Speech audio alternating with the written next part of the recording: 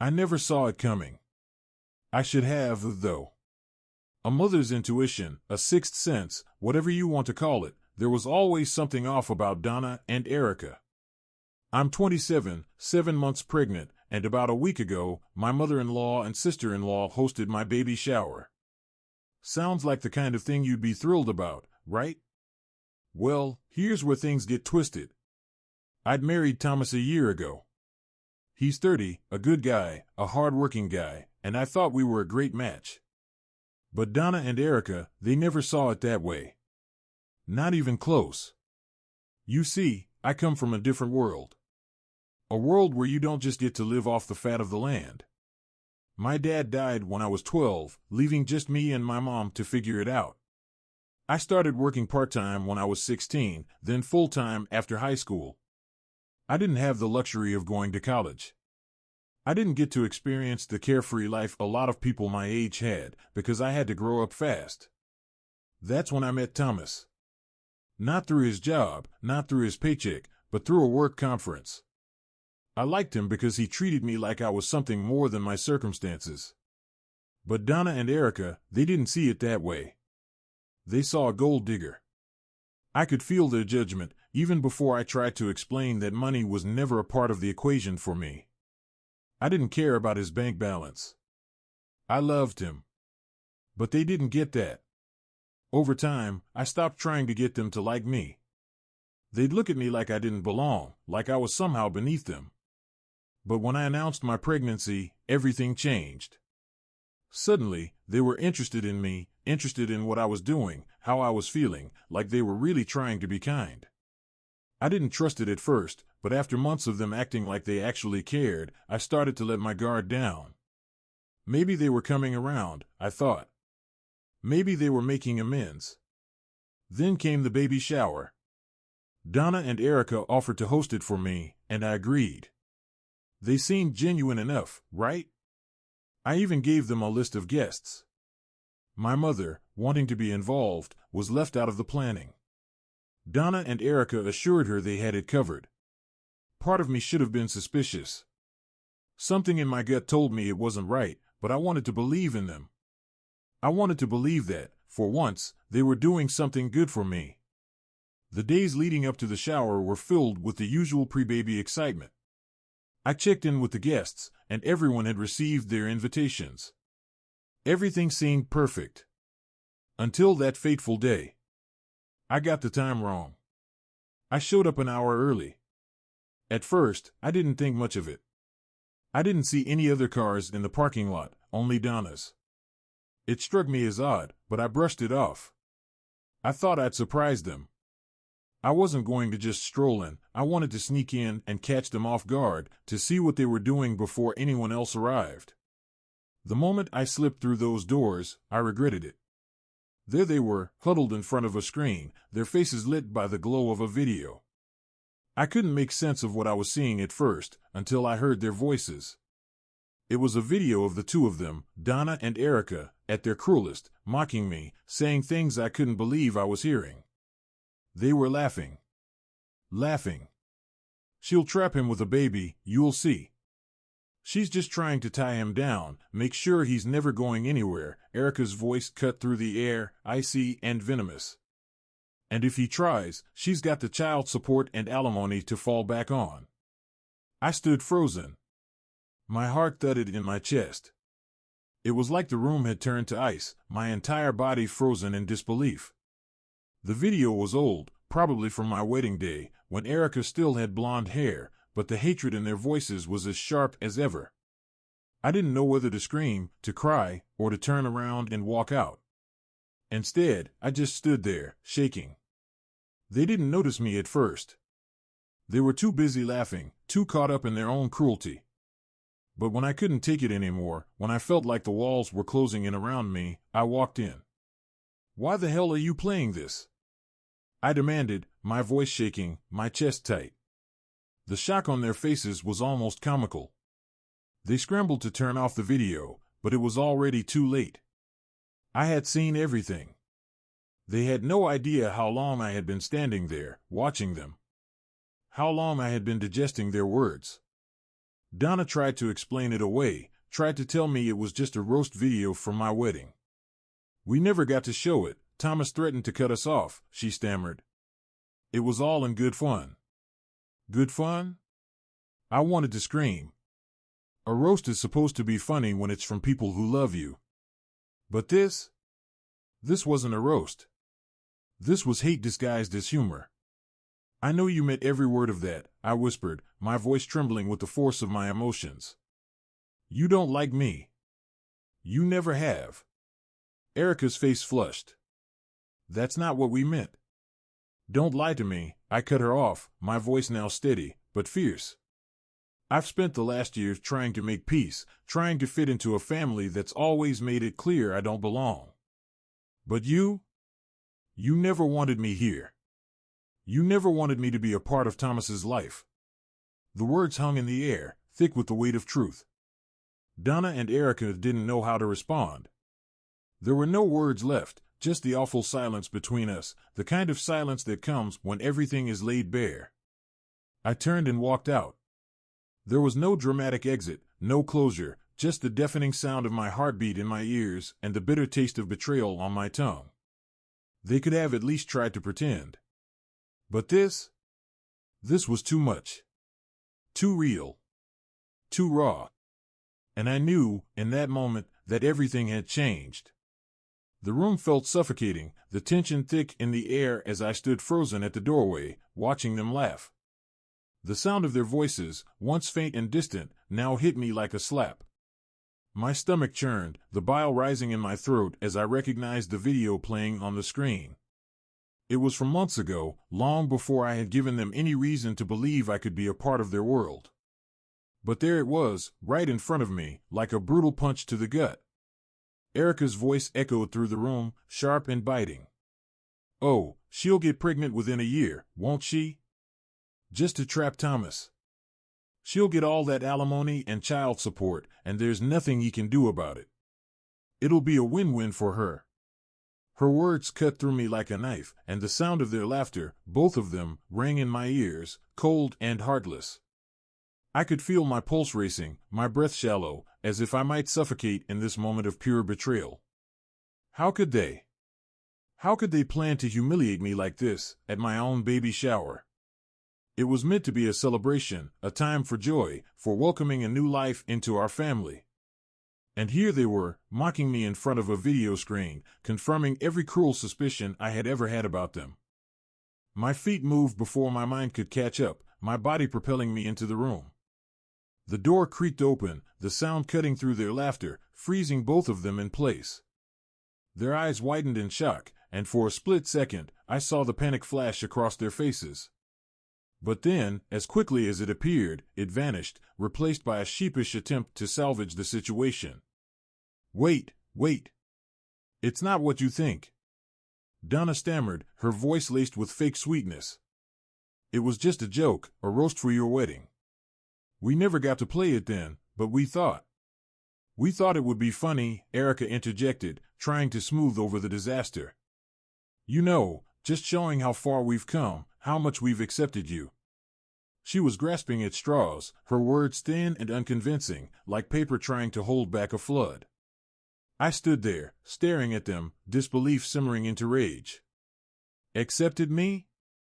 You think this is acceptance? I sneered, my voice shaky but firm. This is cruelty, plain and simple. This video, these words, they don't mean anything now. You've shown me exactly who you are. I could feel the heat of my anger rise, the sting of their betrayal settling deep in my chest. You recorded this as some kind of joke. To make me the punchline of your petty little game, I said, the words bitter on my tongue. But now I know what you really think of me. They tried to backpedal, tried to weave a story that was supposed to make it all seem like nothing. But I wasn't buying it. Not anymore. We didn't mean to hurt you, Donna pleaded, but her eyes, those cold, calculating eyes, told a different story. We thought it would be a nice way to show how much we've changed. We love you, really. I shook my head, the weight of their words pushing me over the edge. I trusted you. I yelled, the words spilling out before I could stop them. I trusted you with my baby shower, and this is what you do?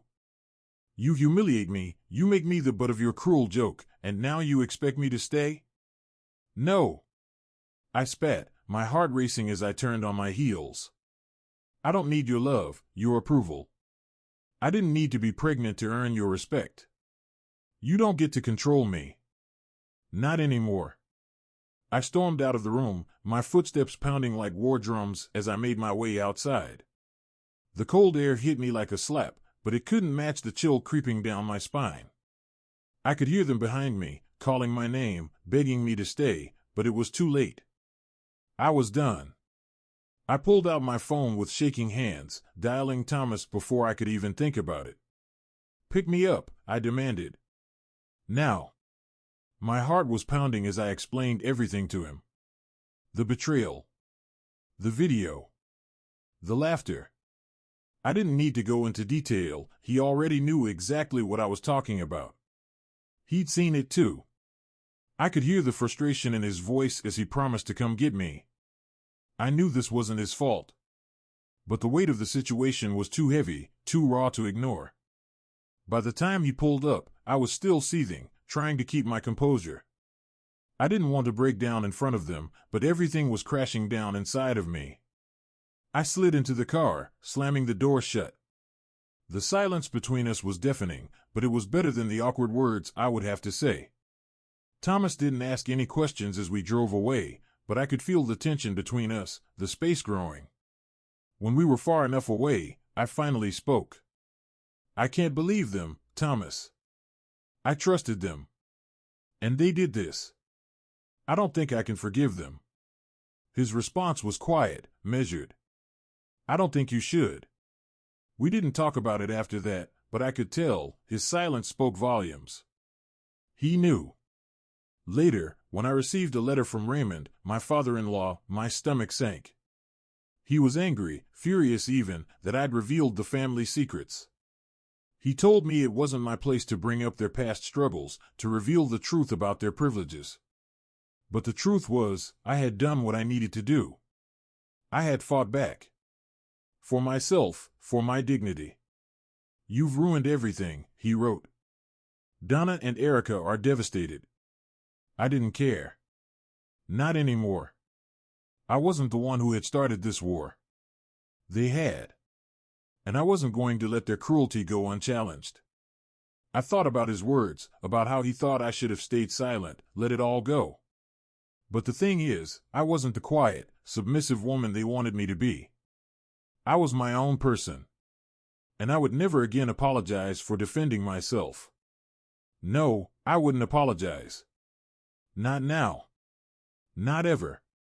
The words from that video had been ringing in my ears for days, each replay more painful than the last. I couldn't shake the image of them, Donna and Erica, sitting there, smug, as if they hadn't spent years making my life hell. But this time, something inside me broke. They'd crossed the line, and I was done letting them skate by on their false smiles and condescending words.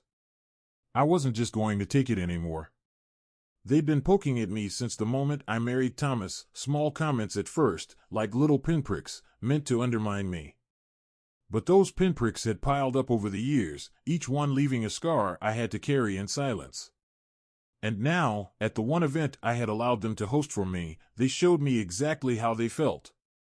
It wasn't a joke, it wasn't a roast, it was a reminder of everything they thought I was. Nothing.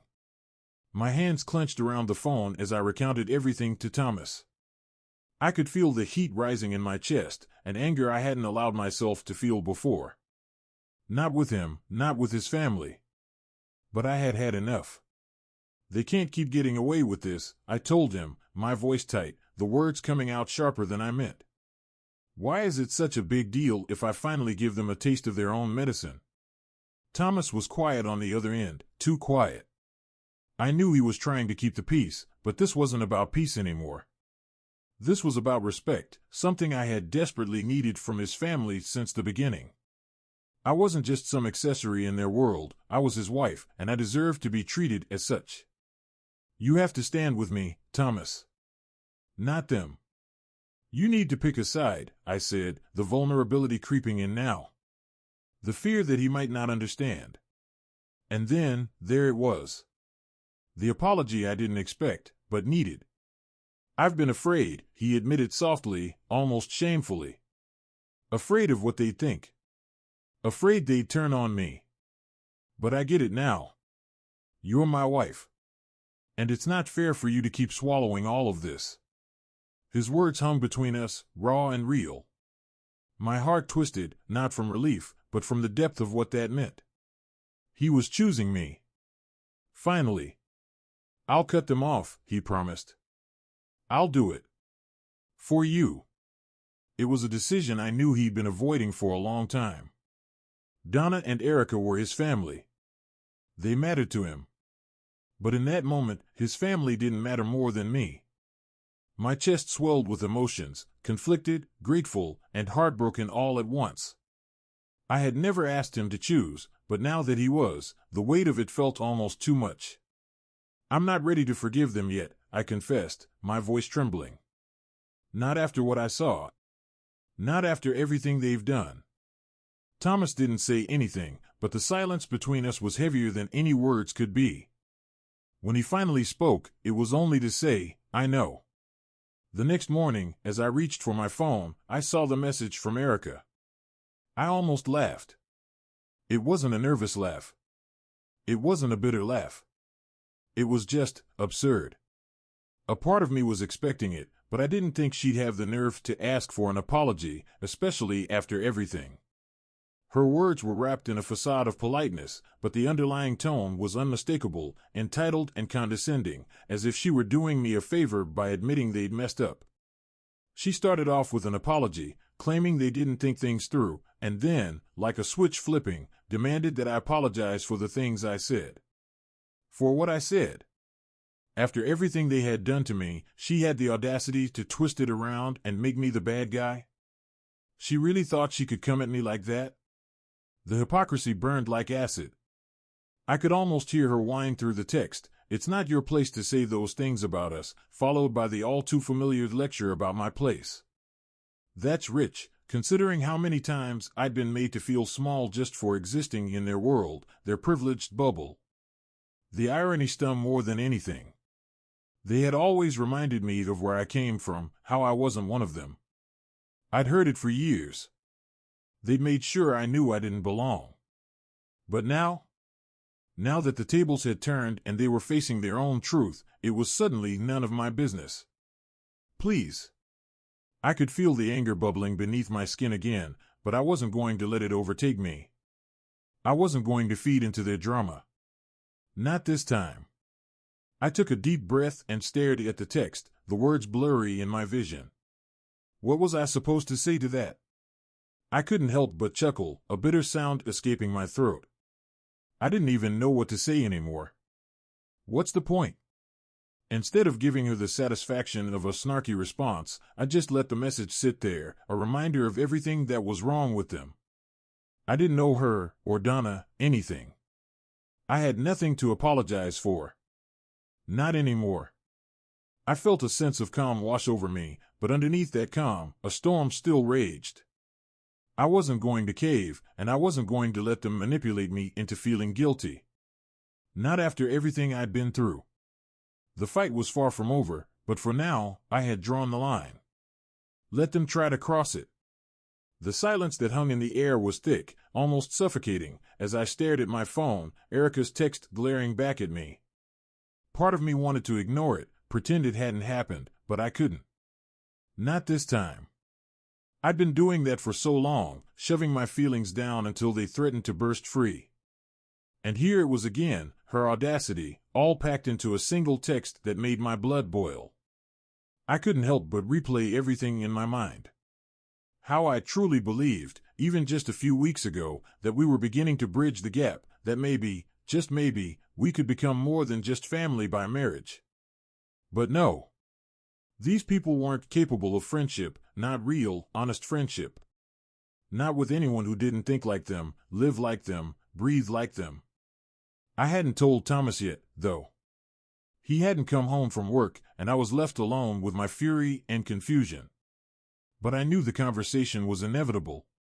The problem was, every time I had to bring it up, it felt like the air in the room thickened. The tension I'd been holding in for months bubbled up again, threatening to spill over. I knew Thomas was hurting too. I could see it in his eyes, and the way he walked around the house like a man trapped between two worlds. I didn't want to pile more onto him, but I had no choice. It was about the baby now. The last thing I wanted was to fight with Thomas over his family once the baby arrived. I couldn't let that happen. When he walked through the door later, tired but with that faint smile that made me feel like maybe we could weather this storm together, I knew it was time. But even then, as I opened my mouth, I could feel my heart pounding in my chest. I tried to keep my voice steady, but it wavered slightly as I asked him what he thought about Erica's text, about what we should do once the baby was born.